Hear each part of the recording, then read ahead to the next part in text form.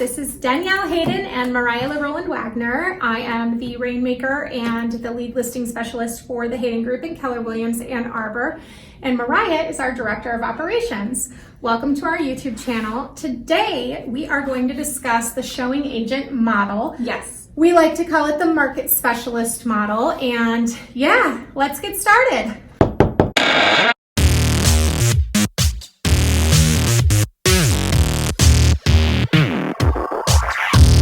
What a showing agent is and why are we getting a showing agent for our team? Sure. So one of the things I realized from my research is that a showing agent, actually, the definition varies sort of across the board. And so generally speaking, a showing agent would be a licensed real estate agent, most likely, because that will be required by your MLS. If they're going to gain access to a property that's listed in the MLS, they have to be licensed.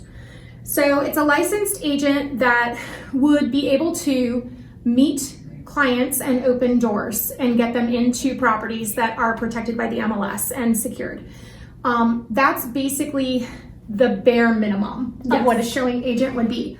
And so we got into a situation where I had hired Mariah because I just couldn't do anything else on my own without losing quality and customer service. So I hired my first admin, and we knew right off the bat, because we had a prior relationship and we knew the Hayden Group was growing really, really quickly. Yes. We knew that my first hire was going to likely be my Director of Operations, and it has just very quickly escalated. And so Mariah is our Director of Operations. She's my first hire, my admin, and even with the two of us, she would be busy in the office, typing away, getting everything situated, and during our busy season, I would be on the road, like hours, like 5 to 6 hours a day. Yeah. Showing up to 10 homes some weekends.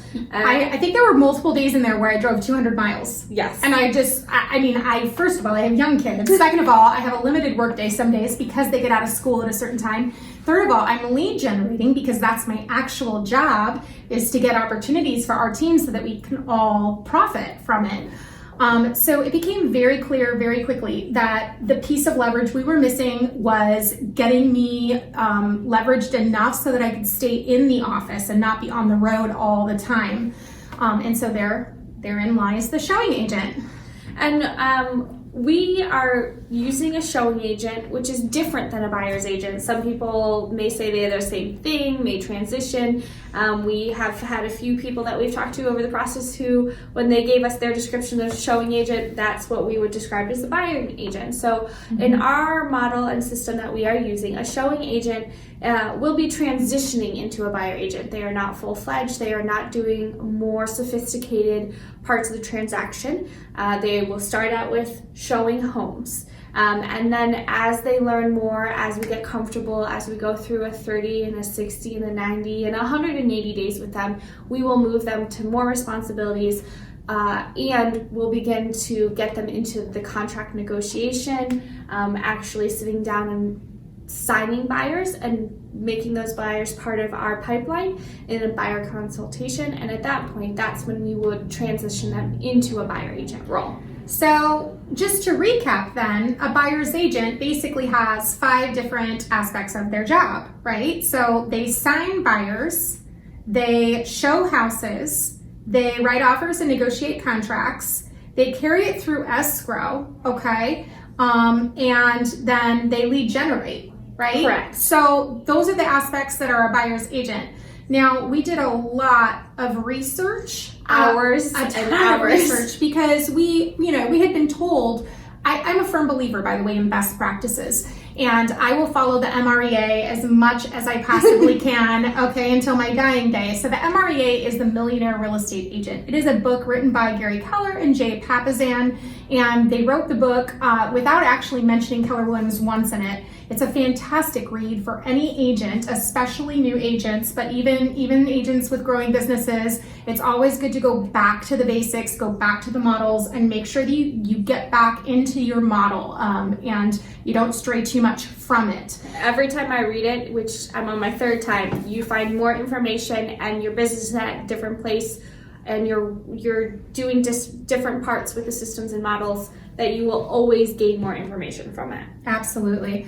So the MREA, the Millionaire Real Estate Agent, they've got an organizational model, right? And they always recommend that you make your first hire as administrative help, right? And there's a lot of reasons for that, but one of the reasons for it is if you bring on a buyer's agent and you don't have administrative help on the back end, you're just looking to increase production and increase profits, but you're not offering anything of value to your customers or frankly to your buyer's agent. Why would they split 60% of their commission with you when they can just go off on their own and do the same darn thing? Yes. So your first hire is always administrative staff, and so that frees you up to do the roles of an agent, which are a little less task oriented, a little less organizational oriented. You are lead generating, you're writing contracts, you're negotiating, you are making sure things get to the closing table.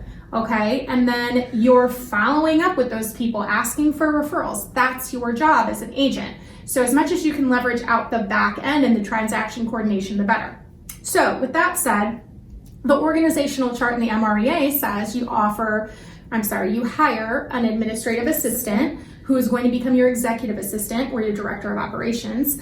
And then you can go one of two ways. You can actually hire a second assistant. We chose to go the route of interns because we're lucky enough to live in a university town. We have 2 major universities right next to us. So we have interns and they come in and do marketing help and database entry and just really help us with the little things that Mariah needs help with.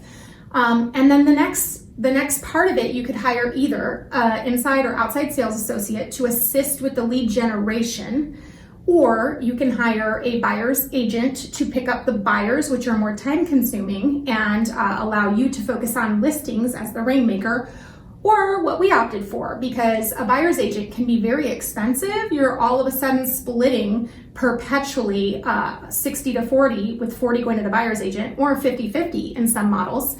All of your GCI on the buy side, and it's a very big leap to make. So we chose to go with a showing assistant. And we're going to get into the nitty-gritty with you here in this video about exactly what decisions we made, how we went about it, so that hopefully you can learn and benefit from it too.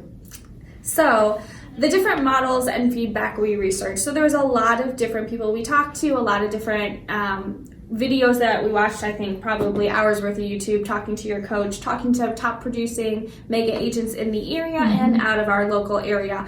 And some really important things we figured out. One was to not pair a specific showing agent with a specific buyer's agent. You want to rotate that through so that if you have 3 buyer agents and 3 showing assistants, they're not developing a really deep relationship and a team within a team and then decide to at some point break off and create their own team, and with that taking a third or half your business if they're really successful. So making sure you're rotating that through. That also is really beneficial for everyone involved in the transaction. It allows showing assistants to see lots of different personalities and styles. It allows buyer agents to really have to learn how to be on top of their transactions and the operational system so that they know what's going on in each transaction. And it also allows everyone to really be that team of working together and helping each other out. And so if one buyer agent is doing really well, their showing assistant who's paired with them is not the only one making money, but everybody's making money on the team. Absolutely. I think that was one of the biggest takeaways that we got from our conversation with some really great agents out there. The other thing that we came up against is, do they lead generate or not? And this really comes down to the compensation model, in my opinion. If they're based on units closed, or if you're compensating them on GCI, there is a natural incentive for them to go ahead and lead generate with you. And it's a little tricky here because they are an independent contractor, so you can't mandate hours or anything like that. But the reality is, if someone wants to be on the Hayden Group, we come into the office every day at 8 o'clock and we call our new expireds, we call our new FISBOs, we huddle, we set our goals for the day, we script practice and role play, and then we jump into lead generation at 9 o'clock and we lead gen until about 11, and then we follow up with our active clients and our past clients and anyone who asks for a CMA from 11 to 12. 8 to 12 is so it's so important for our business. And so my take on it is, look, you can accept this independent contractor position on our team And you need to know that as a member of our team, like every member of our team is making a commitment to participate fully in those hours, and it's all in our interest. You have to know what you're signing up for. It can't be mandated later. So we make it really clear. It's in every one of our interests to drive that GCI up, take as many units as possible. And so we just sort of decided that that's how we're going to do it. We're going to ask them to lead generate. And in fact, it builds them up into the buyer agent role over time. Correct. And that was part of it. One was what was the roles and responsibilities early on, and then how are we going to compensate? A lot of people do just a per door. You just hand them the keys, they open the door, they stand there, they lock the door and walk away, and it's per door. And that was not quite the fit that we wanted for the Hayden Group. We wanted something a little bit more tied to the production and the benefit of the team as the whole. So building in a financial incentive for me of making sure you're showing them top-notch houses that really meet their criteria, trying as much to curate that tour so you're showing them 5 to 8 houses, that sweet spot where you write the offer. That was really important to me. And in my opinion, if you're paying someone per door, they have an incentive to just keep showing as many doors as possible. And I'm just not so sure how I feel about that. And then the next question was it per closing? How many they got to write an offer because they showed them the right house, and then the buyer agent took care of everything to the end, and so we did it per closing? Or was it going to be hourly? Were we going to really help new agents coming in who wanted to learn the business and give them some hourly incentive so that they were doing maybe 5 homes in an hour because they're all in the same neighborhood or a half-mile radius, and they felt comfortable because they were stepping into this new business where they may not make any money for 3 to 9 months depending on how successful they are? Or was it a hybrid of all of those? And we talked to a lot of people and decided what was best for us was a percentage base, and we'll go into a little bit more detail about how that works, but that was for us. The turning point was a YouTube video that we watched from an individual out of Dallas, Texas. Danielle sent me this video, and I sat one evening and my husband was like, "What are you doing with my phone listening to this 25-minute video?" So you can tell a little bit more about what you found from that video. I researched a lot of different YouTube channels and different producers for showing agent models, and this lady just blew me away. So I'm going to give you a shout out right now. Her name is, and I'm sorry if I'm not pronouncing this correctly, it's Seychelle Van Poel from Dallas, Texas, and I believe she's a Keller Williams agent, but don't quote me. You should definitely look her up though. The link will be down below in the description. Oh yeah, we'll post a link to the video. So she really impressed me with her model, and it really goes deep. In fact, I would just go and watch it. It goes deep into making your team culture intentional around this position. So she had, I think in her example, 3 buyers agents with 3 showing assistants, and they each rotated with each other. And she did that specifically to make sure that everything was fair and equitable and everyone was working together and driving together as a team. And her model found that when she added in that showing assistant, she had a part-time buyer agent who was going to grad school who doubled her production over what the full-time buyer agents were doing. And that's our hope, that we can take that time and really maximize it for Danielle to be able to be in the office, and for our buyer agents down the road and these showing assistants, market specialists, to do the best that they can so that everyone is doing less work but making more money because we're working together. So the other thing that I think is worth mentioning is, I was making the decision to offer a hybrid compensation plan of hourly plus per unit. I think it was $150 per closed unit. We were estimating 30 units on the buy side for 2020. I was making those decisions out of fear.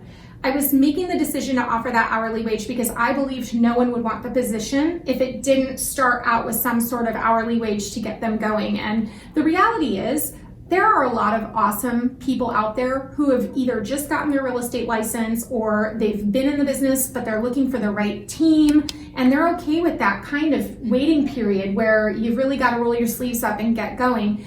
And also, it gives me pressure as a team leader to make sure that I am setting that individual up for success. If they don't have a safety net, if they're not making that hourly wage, it pushes me to do what I meant to do in the first place, which is grow the most rock star team with the best practices, script practice and role play, the best lead generation systems and tools, constant follow-up with our database. I mean, if we're doing those things, we shouldn't have to worry about it anyways. So I sort of just said, you know what, let's take the net away. Let's do this thing, and the right candidate will find us. And I think that that's what happened. Yeah, and with that, so once we made that big decision and gained that clarity, we were able to really quickly sit down and say, what's the best compensation for individuals who are joining our team as this market specialist, and how are we going to grow them there into a buyer agent full-time who's bringing us in more money than we could ever have possibly gotten individually. And the catch to that is once you grow them into the buyer's agent, you got to really watch your GCI that you're putting them on as a buyer's agent, because we're not just putting them in as a buyer's agent, we're putting them in as a buyer's agent and then giving them a new showing agent, because we've already seen the data that that's going to increase their overall GCI to have a showing agent. So now we're looking at, okay, a lot of agents get 50% GCI, right? So you have to think down the road with your budget. If most buyer's agents in your market get 50% GCI, but they don't have a showing agent, be very careful. You cannot pay your buyer's agent more than 40% GCI, Correct. right? Because if you're paying 15% GCI for them to have a showing agent, you're now at 55% GCI for your commission split per unit. And that's off model, but we're willing to take it and see if it works for the first go round, because we're hoping that showing agent will give that little extra ingredient to actually make it worth it in the end. So the way we've broken it down is for your first 90 days, so when they're in the training period of 30, 60, 90 probationary period, they are going to get 15%. And that is for lead generation and showing houses. They are going to be out doing the tours. They're going to be opening the doors with these buyers and being in the office with us in the morning from that 8 to 12 time frame.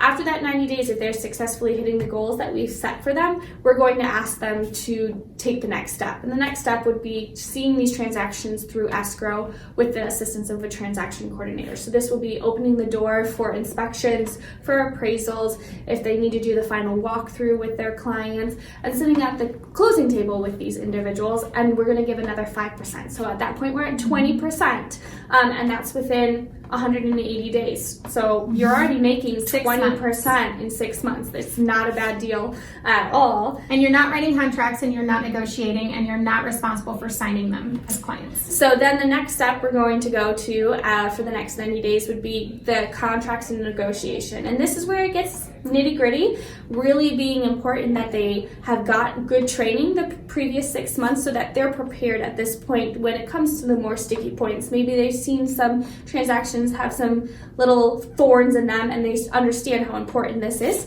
And with that added responsibility becomes another 10%. So at that point, we're at that 30% like Danielle was saying.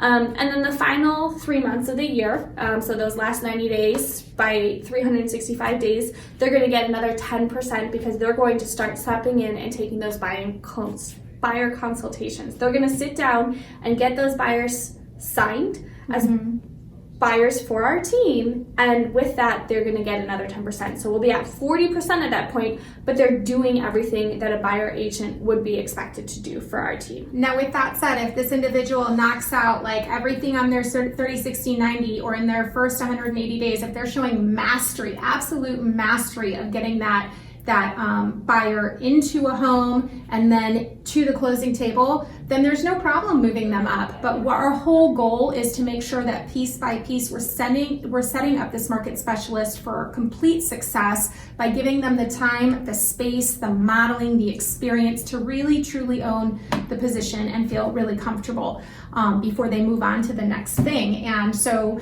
you have to remember, we're setting up a career here, right? This is a lifelong career that we are nurturing. And so we're not willing to rush it and then like gyp them on their experience. But by all means, if it goes faster, it goes faster. Stay tuned for part 2 of this series regarding the showing agent model and hiring your first market specialist.